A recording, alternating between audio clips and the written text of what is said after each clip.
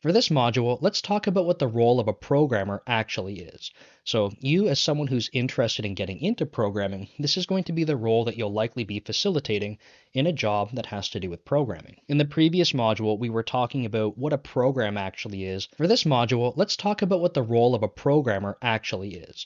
So, you, as someone who's interested in getting into programming, this is going to be the role that you'll likely be facilitating in a job that has to do with programming, into a program that a computer can understand. Now, there are many simple programs that you can write that still offer a lot of value. And if you think about different scenarios, maybe for some mundane tasks, there aren't a lot of options and things that have to be considered. It's really just a straightforward set of steps that have to be run over and over again. And more complex programs can actually be things like banking software or websites that you order products. Think about the software that has to go into a car or the software that has to go into a space shuttle. There's so many different computer systems and different programs that we have to write as programmers.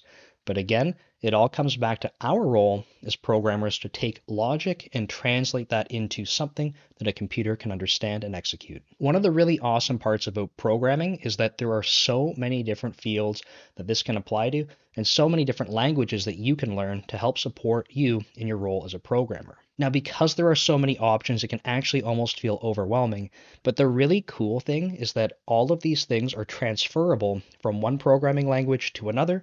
And if you're focused in one industry, a lot of the time you can take these really core programming principles and move them over to another industry as well.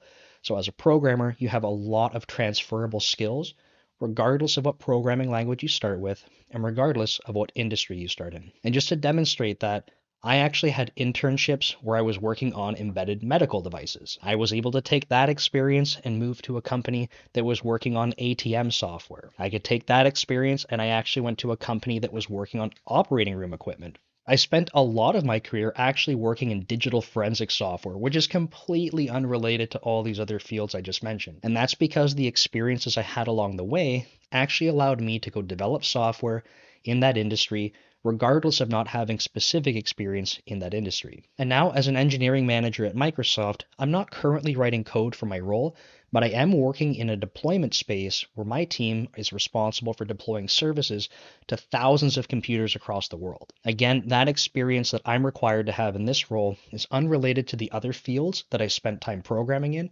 but a lot of that knowledge, like I said, is very transferable across the industries. That's going to be it for this module, and just to quickly recap, your role as a programmer is going to be translating logic into something that a computer can understand, and you have tools like different programming languages that let you do that.